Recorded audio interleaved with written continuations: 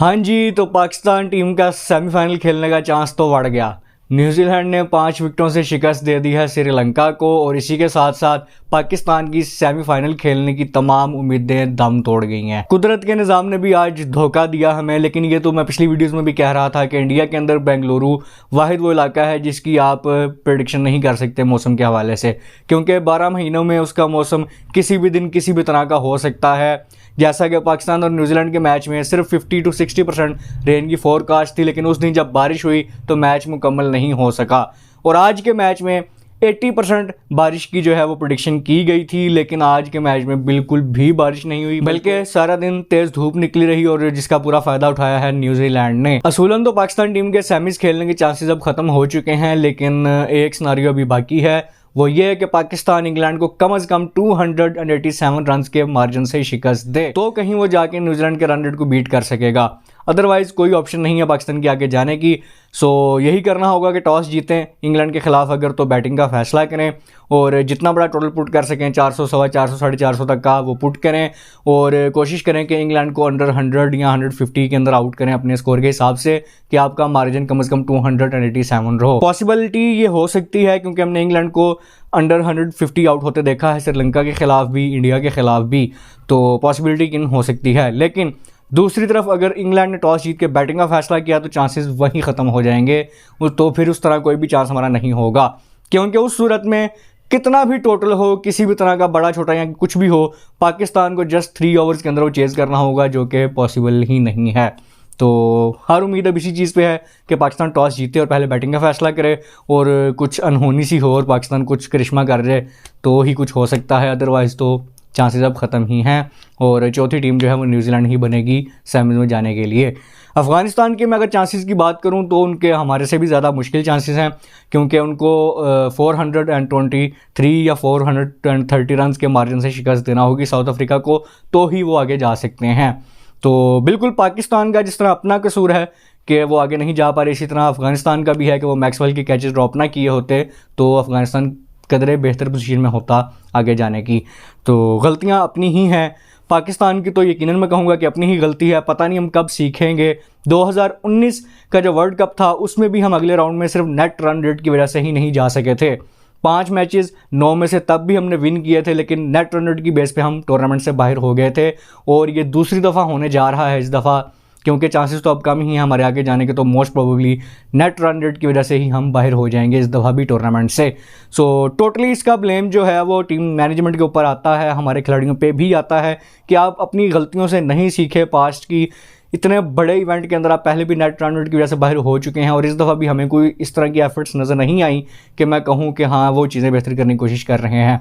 आज ही न्यूजीलैंड को अगर हम देखें तो उनको पता था कि उनका वो नेट रन रेट का मसला हो सकता है, तो उन्होंने एक बड़े मार्जिन से जीतने की कोशिश की और वो उसमें कामयाब भी हुए।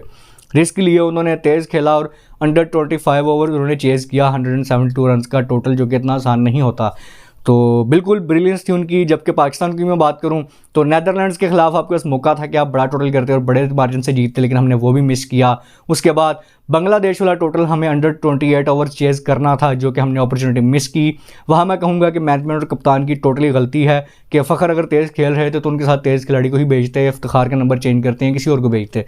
वो हमने एक चांस मिस किया कि हमने 33 ओवर्स में चेज़ किया, तो एंड में आके आखिरकार हमें वो जो नेट रन रेट है वही हर्ट करने वाला है, वही हॉन्ट करेगा पाकिस्तान क्रिकेट टीम को।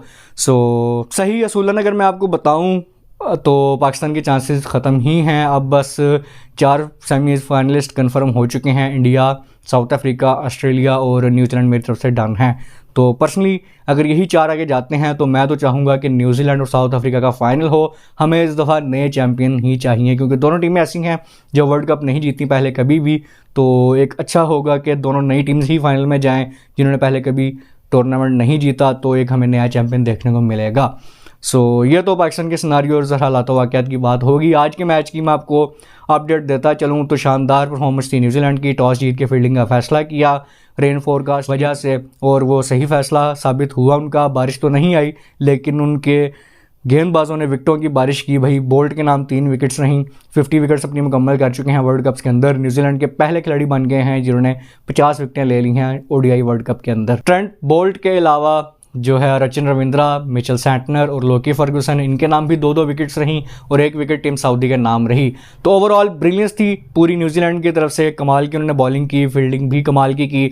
श्रीलंका मुझे जल्दबाजी में लगा, विदाउट प्लान लगे मुझे, बस यही चीज़ बस मुझे लगी कि वो ज़हन बना के आई थी कि हमने अटैकिंग क्रिकेट खेलनी है, क्योंकि न्यूजीलैंड के खिलाफ 400 के अगेंस्ट पाकिस्तान जीता हुआ है तो हम भी तेज़ खेलेंगे। लेकिन सेकंड प्लान मेरे ख्याल से उनके पास कोई भी नहीं था। एक एंड पे तेज़ खेलते रहे। कुशाल परेरा जस्ट 22 बॉल्स पे उन्होंने 50 स्कोर की और इस वर्ल्ड कप की फास्टेस्ट 50 बनाने में वो कामयाब रहे। उसके अलावा कोई भी खिलाड़ी परफॉर्मेंस उनका नहीं दे सका। लास्ट में अच्छी पार्टनरशिप लगाई महेश दीक्षाना ने और दिलशान मधुशंका ने। 38 रन की इनिंग खेली महेश दीक्षाना ने, अपनी कैरियर का हाईएस्ट स्कोर उन्होंने किया। इसी तरह दिलशान मधुशंका ने भी 19 रन की इनिंग खेल के अपने कैरियर का बेस्ट स्कोर किया। यही बात से मैं कह रहा हूँ कि मुझे लगा कि उनके पास सेकंड प्लान कोई नहीं है, कि एक तरफ आपकी विकेट्स मुसलसल गिर रही हैं। ठीक है कि आप प्लान करके आए थे, आपने अटैक करना है, लेकिन जब विकेट्स आपकी गिरना शुरू हुई तो आपको रुकना चाहिए था विकेट पे।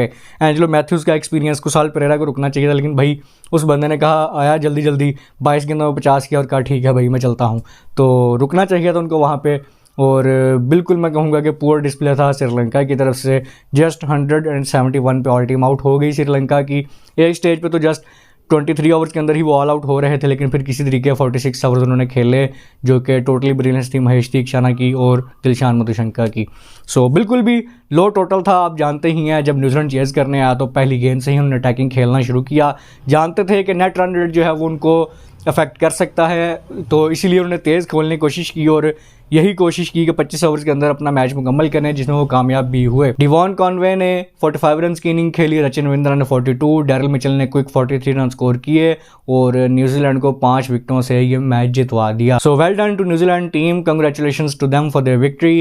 अब बस उम्मीद ही कुछ ढीठ फैंस अभी भी लगा के बैठे हैं कि कुछ करिश्मा हो जाए, कुछ मौजज़ा हो जाए कि पाकिस्तान किसी तरीके आगे चला जाए, लेकिन वो मुझे होता अब नज़र नहीं आ रहा असूलन तौर पे मैं कहूँगा, लेकिन mathematically it is still possible. और कहते हैं नेवर से नेवर, तो कुछ भी हो सकता है। लेकिन तमाम चीज़ें इसी चीज़ पे मुनहसर होंगी कि पाकिस्तान टॉस जीते और पहले बैटिंग का फैसला करे। इसी के साथ मुझे दीजिए इजाज़त। अपना ढेर सारा ख्याल रखिए, हमें दुआ में याद रखिए। चैनल पे नए आए हैं तो चैनल को लाइक, सब्सक्राइब एंड शेयर ज़रूर कीजिएगा। So see you guys in the next video. Take care of yourselves. अल्लाह हाफिज़।